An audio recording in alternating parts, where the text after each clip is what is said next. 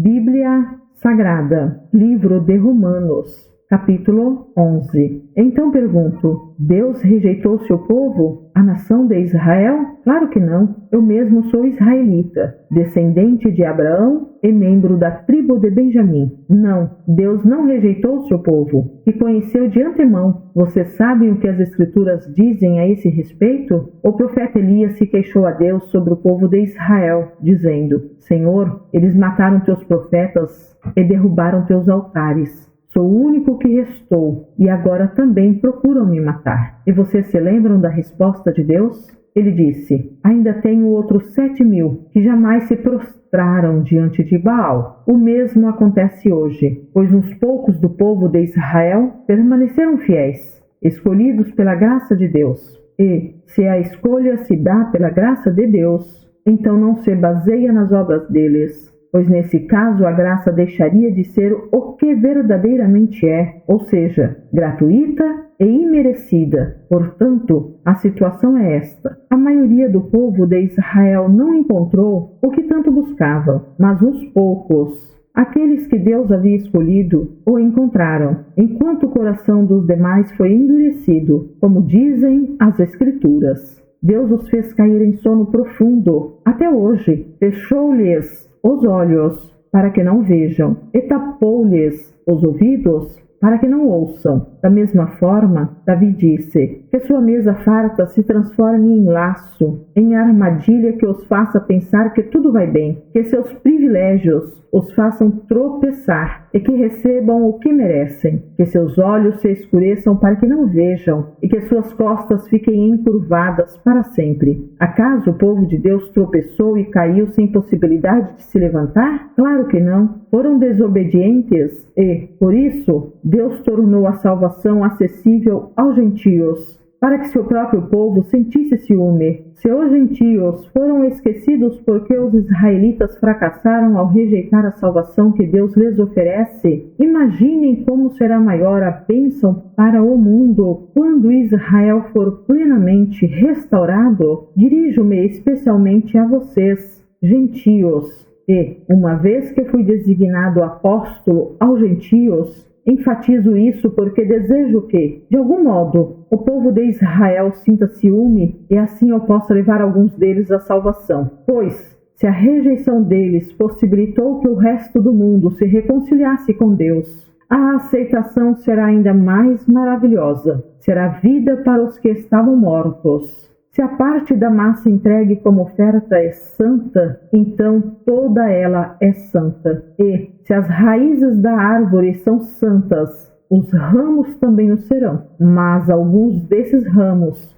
alguns do povo de Israel, foram cortados. E vocês, gentios, que eram ramos de uma oliveira brava, foram enxertados na árvore. Agora, portanto, participam do alimento nutritivo que vem da raiz da oliveira especial de Deus. No entanto, não devem se orgulhar de terem sido enxertados no lugar dos ramos que foram cortados, pois é a raiz que sustenta o ramo e não o contrário. Talvez digam: esses ramos foram cortados para abrir espaço para nós. É verdade, mas lembrem-se de que esses ramos foram cortados porque não creram e que vocês estão ali porque creem. Portanto, não se orgulhem, mas temam o que poderia acontecer. Pois, se Deus não poupou os ramos naturais, também não poupará vocês. Observem como Deus é, ao mesmo tempo, bondoso e severo. É severo com os que lhe desobedecem, mas é bondoso com vocês,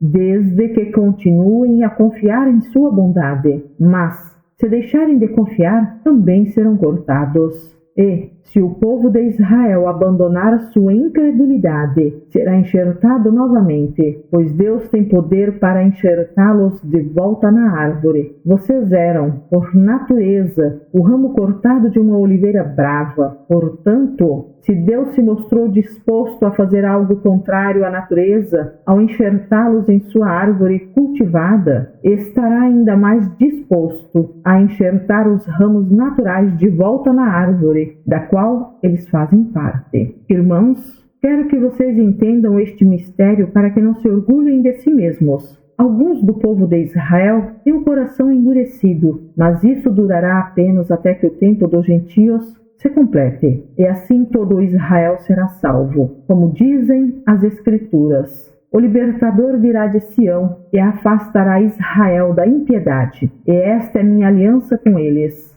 Eu removerei seus pecados. Muitos do povo de Israel agora são inimigos das boas novas, e isso beneficia vocês, gentios. No entanto, porque ele escolheu seus patriarcas, eles ainda são o povo que Deus ama, pois as bênçãos de Deus e o seu chamado jamais podem ser anulados. Em outros tempos, vocês, gentios, foram rebeldes contra Deus, mas agora, por causa da desobediência deles, vocês receberam misericórdia. Agora eles são os rebeldes, e Deus foi misericordioso com vocês, para que eles também participem da misericórdia dele. Pois Deus colocou a todos debaixo da desobediência, para que de todos tivesse misericórdia. Como são grandes as riquezas, a sabedoria e o conhecimento de Deus, é impossível entendermos suas decisões e seus caminhos. Pois quem conhece os pensamentos do Senhor, quem sabe o suficiente para aconselhá-lo? Quem lhe deu primeiro alguma coisa para que ele precise depois retribuir? Pois todas as coisas vêm dele, existem por meio dele e são para ele. A ele seja toda a glória para sempre. Amém.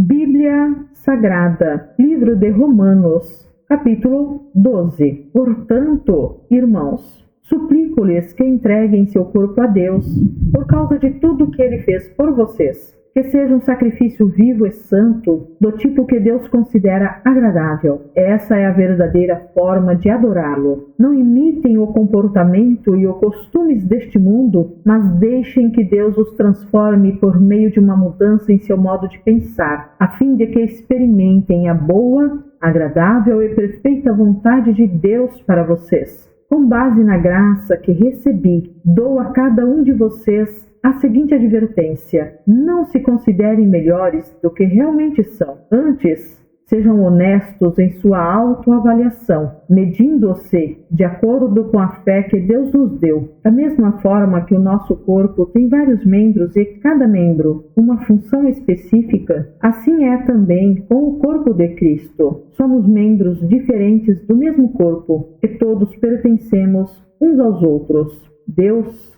em sua graça, nos concedeu diferentes dons. Portanto, se você tiver a capacidade de profetizar, faça-o de acordo com a proporção de fé que recebeu. Se tiver o dom de servir, sirva com dedicação. Se for mestre, ensine bem. Se seu dom consistir em encorajar pessoas, encoraje-as. Se for o dom de contribuir, dê com generosidade. Se for o dom de exercer liderança, lidere de forma responsável e, se for o de demonstrar misericórdia, pratique-o com alegria. Amem as pessoas sem fingimento, odeiem tudo o que é mal, apeguem-se firmemente ao que é bom. Amem-se com amor fraternal e tenham prazer em honrar uns aos outros.